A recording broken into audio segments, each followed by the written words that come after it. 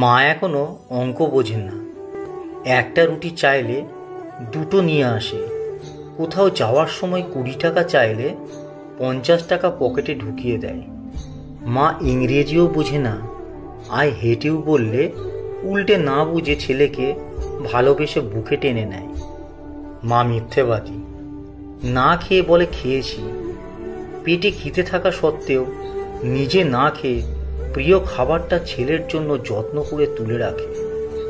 মা বোকা। সারা জীবন কুলুর বলদের মতো রান্নাঘর আর আমাদের ভালো মন্দের পিছনে কাটিয়ে দেয়। মা চোর। বন্ধুদের সাথে পিকনিকে যাব বললে রাতেই বাবার পকেট থেকে টাকা চুরি করে আমাকে দেয়। মা নির্লজ্জ। মাকে যতই বলি আমার জিনিসে হাত না দেয়, তবুও মা নির্লজ্জের মতো আমার এলোমেলো পড়ে থাকা জিনিসগুলো নিজের হাতে গুছিয়ে রাখে। মা বিহায়া। আমি কথা না বললেও জোর করে এসে বেহায়ার মতন গায়ে পড়ে কথা বলে। রাতে ঘুমের ঘোরে আমাকে দরজা দিয়ে উঁকি মেরে দেখে যায়। মায়ের কোনো কমন সেন্স নেই। আমার প্লেটে খাবার কম দেখলে কেমন জানি করে। খোকা এত কম খাবার কেন, এই বলে প্লেটটা ভর্তি করে দেয়। এত খাওয়ার পরেও মায়ের চোখে যেন কতদিনের না খাওয়া ছেলে।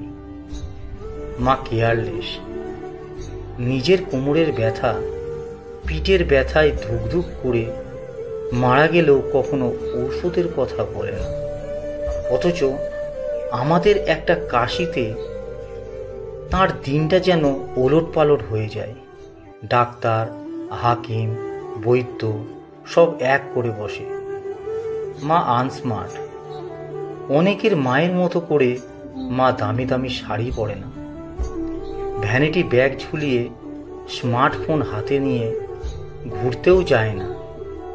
সারা দিন খালি রান্নাঘর আর আমাদের ভালো মন্দের চিন্তায় পুরনো হয়ে জীবনটা কাটিয়ে দেয়। মা স্বার্থপর। নিজের সন্তান ও স্বামীর জন্য মা দুনিয়ার সব কিছু ত্যাগ করতে পারে। পৃথিবীর সবচেয়ে খারাপ বোধ হয় মা। তাই বুঝি আমরা তাদের এত কষ্ট দিই, তবুও তাদের পরিবর্তন হয় না। প্রতিদিন এসব আচরণগুলো বারবার তারা করে। একটু বড় হয়ে গেলেই আমরা তাদের বৃদ্ধাশ্রমে বা আমাদের থেকে দূরে রাখি। তবুও তারা বোকার মতো ভগবানের কাছে আমাদের জন্য প্রার্থনা করে। সারা জীবনটা আমাদের খালি ভালোবাসা দিয়েই যায়। বিনিময়ে দিনে একবার হলেও সন্তানের মুখে আদর করে মা ডাক শুনতে চান। তারা কত নির্বোধ, তাই না? ভিডিওটি ভালো লাগলে অবশ্যই লাইক, কমেন্ট, শেয়ার করতে ভুলবেন না। লেখা সংগৃহীত।